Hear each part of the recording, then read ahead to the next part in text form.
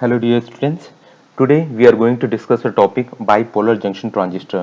तो bipolar junction transistor से पहले हमें ये पता होना चाहिए कि ट्रांजिस्टर आखिर होता क्या है। तो ट्रांजिस्टर जो होता है it does the work of amplification, that is आपको जो इनपुट सिग्नल आप किसी ट्रांजिस्टर को देते हो तो आउटपुट में उसका जो होता है वो एम्पलीफिकेशन होता है। और इसका नाम ट्रांजिस्टर क्यों रखा गया है, ट्रांजिस्टर रखने का रीज़न क्या है कि आप अगर आप बीजीटी या जो आप दूसरा इसका टाइप होता है एफईटी जब आप पढ़ेंगे तो देखेंगे कि इसमें आपके इनपुट टर्मिनल पे जो आपका इनपुट इम्पीडेंस होता है उसका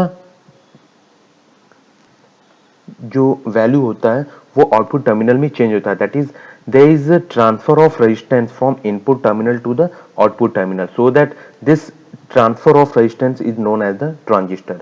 तो आपका ट्रांजिस्टर टू टाइप्स के होते हैं, एक बीजेटी होता है जिसे हम बाइपोलर जंक्शन ट्रांजिस्टर कहते हैं और दूसरा होता है JFET junction field effect transistor. तो आज हम बात करेंगे बाइपोलर जंक्शन ट्रांजिस्टर के बारे में। बाइपोलर जंक्शन ट्रांजिस्टर हम देख सकते हैं कि आपका जो ट्रांजिस्टर होता है ये थ्री लेयर डिवाइस होता है, थ्री लेयर सेमीकंडक्टर डिवाइस होता है।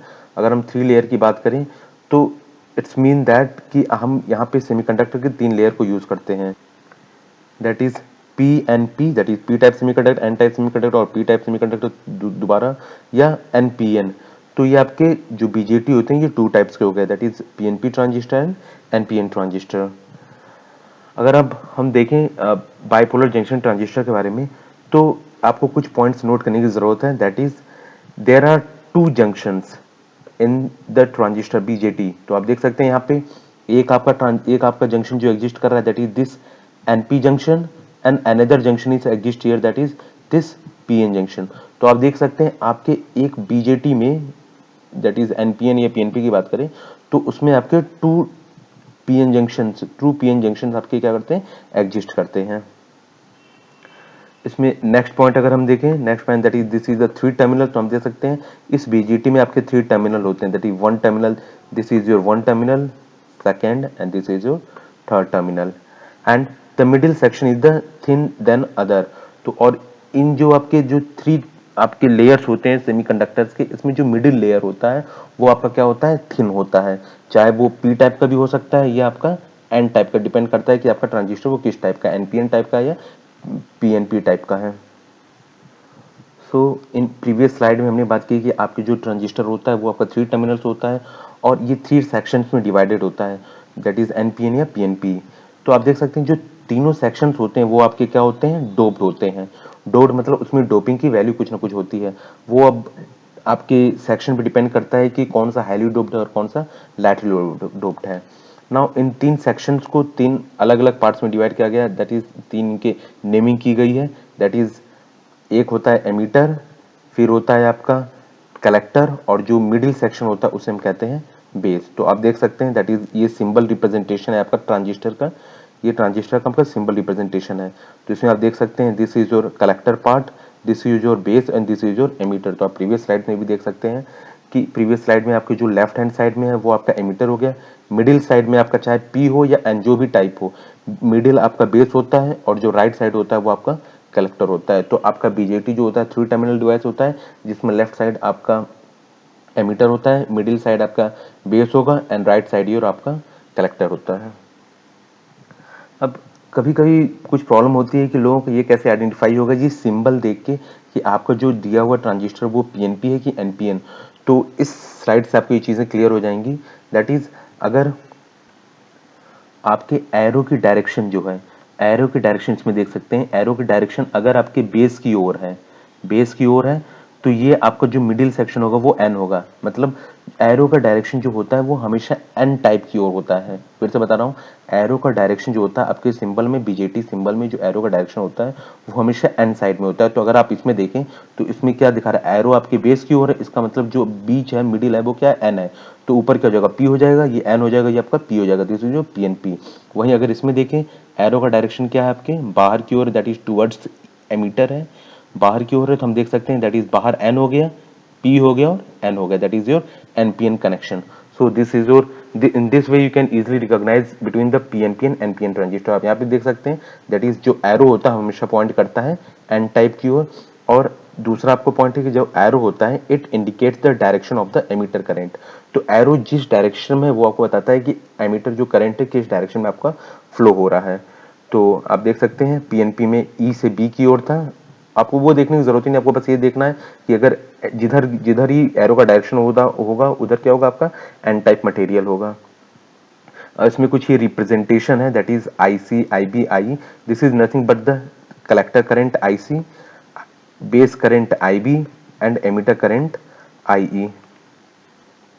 नाउ आपके जो थ्री टर्मिनल्स हैं उनके बारे में थोड़ा एक बेसिक स्टडी और देख ली जाए।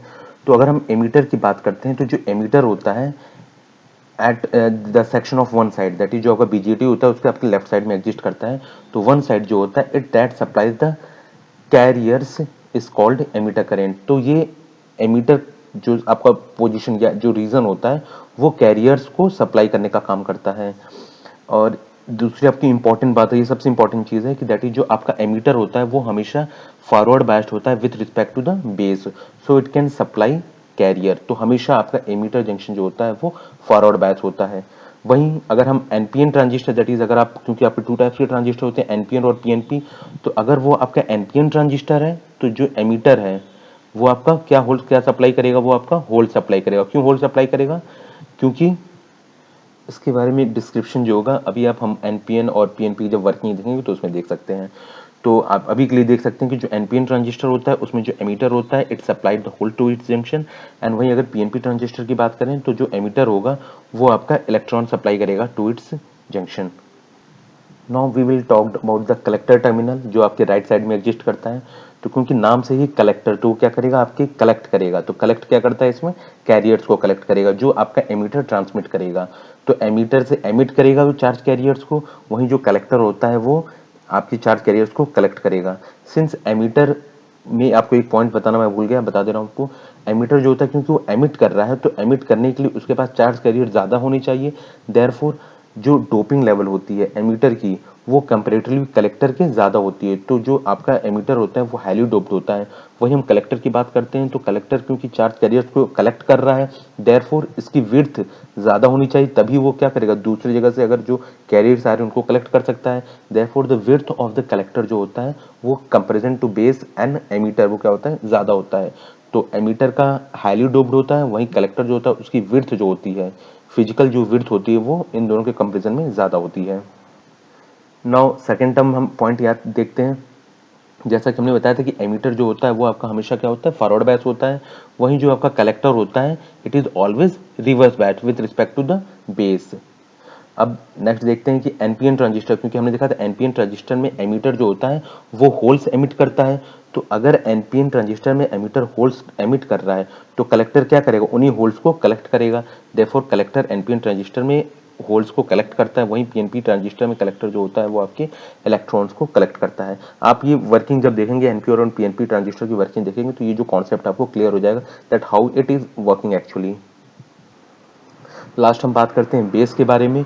तो बेस आपको जो होता है, मैंने बताया था कि बेस एमिटर और कलेक्टर के बीच का एक मिडिल सेक्शन होता है जो दो जंक्शंस को फॉर्म करता है। It form the two PN junctions, that is left side में एमिटर और बेस के बीच में जो जंक्शन फॉर्म होता है वो that is one PN junction, and collector और बेस के साथ जो जंक्शन ये फॉर्म करेगा this is another PN junction.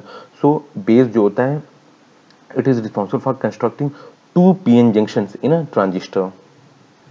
तो अभी तक हमने प्रीवियस जो स्लाइड्स देखी हैं उसके बारे में एक ओवरव्यू है। इस स्लाइड में आप देख सकते हैं कि जो आपका ट्रांजिस्टर होता है वो थ्री रीजन्स में डिवाइड होता है जिसे हम एमिटर, बेस और कलेक्टर कहते हैं। बेस की हम बात करें तो इसकी जो विड्थ होती है वो बहुत ही कम होती है, that is it is much thinner than the other region. तो बेस की विड्थ बहुत कम होती है। वहीं हम जब एमिटर की बात करते हैं तो it is heavily doped, so it can inject large amount of carriers into the base. तो हाईली डोप्ड होने की वजह से ही लार्ज अमाउंट ऑफ कैरियर्स को बेस के थ्रू क्या करता है, वो इंजेक्ट करता है टुवर्ड्स द कलेक्टर। वहीं हम बेस की बात करते हैं तो बेस जो होता है वो लाइटली डोप्ड होता है, इसलिए लाइटली डोप्ड होता है so that it can pass most of the carrier to the collector. तो लाइटली डोप्ड होने की वजह से ही वो ज्यादातर कैरियर्स को कलेक्टर की ओर पास कर देता है। वहीं कलेक्टर की अगर हम बात करें डोपिंग लेवल में तो उसकी जो डोपिंग होती है वो मॉडरेट होती है, that is comparatively to emitter इसकी वैल्यू कलेक्टर की कम होती है। तो emitter is heavily doped where is base is lightly doped and collector is moderately doped, that is emitter से ज़्यादा और एमीटर से कम और बेस से ज़्यादा डोप्ड होता है कलेक्टर आपका। नाउ जो हमने दो जंक्शंस के बारे में बात किया था, तो अगर एमीटर और बेस के जंक्शन में जो एमीटर और बेस के बीच जो जंक्शन एग्जिस्ट करता है उसे हम कहते हैं एमीटर बेस जंक्शन, और वहीं अगर जो आपका जंक्शन एग्जिस्ट करता है बेस और कलेक्टर के बीच उसे हम कहते हैं कलेक्टर बेस जंक्शन। अब लास्ट कुछ पॉइंट्स हैं जो आपको याद रखने हैं कि एमीटर हमेशा आपका फॉरवर्ड बायस होता है, वहीं कलेक्टर जो होता है आपका रिवर्स बायस होता है। Resistance of the emitter diode is very small. अब ये सबसे इंपॉर्टेंट आपको इसलिए है क्योंकि ये आपको मालूम होना चाहिए। अब हम बात करते हैं दैट इज रेजिस्टेंस जो एमीटर डायोड का होता है बहुत स्मॉल होता है। कम क्यों होता है? क्योंकि आप जो एमीटर बेस जंक्शन होता है वो फॉरवर्ड बायस होता है, और हमने देखा था करंट जो फ्लो होता है वो किस बायस में इजीली फ्लो होता है, वो दैट इज फॉरवर्ड बायस में होता है। तो क्योंकि फॉरवर्ड बायस में करंट आपका इजीली फ्लो होता है तो हम कह सकते हैं कि उसमें जो रेजिस्टेंस है वो बहुत कम है। तो इसीलिए जो रेजिस्टेंस ऑफ एमीटर डायोड या एमीटर बेस जंक्शन होता है उसकी जो रेजिस्टिविटी होती है वो कम होती है। वहीं हम जब बात करते हैं कलेक्टर बेस जंक्शन की, उसकी जो रेजिस्टिविटी होती है वो हाई होती है। तो ये भी इंपॉर्टेंट आपका टर्म है। तो आप ये कुछ टर्म्स हैं जो आपको याद रहने हैं। So in this lecture we had covered some basic topics और basic प्रॉपर्टीज जो हैं आपके ट्रांजिस्टर्स के, वो हमने कवर कर ली हैं। नेक्स्ट लेक्चर में हम बात करेंगे आपके पीएनपी और एनपीएन की वर्किंग के बारे में। So till then thanks.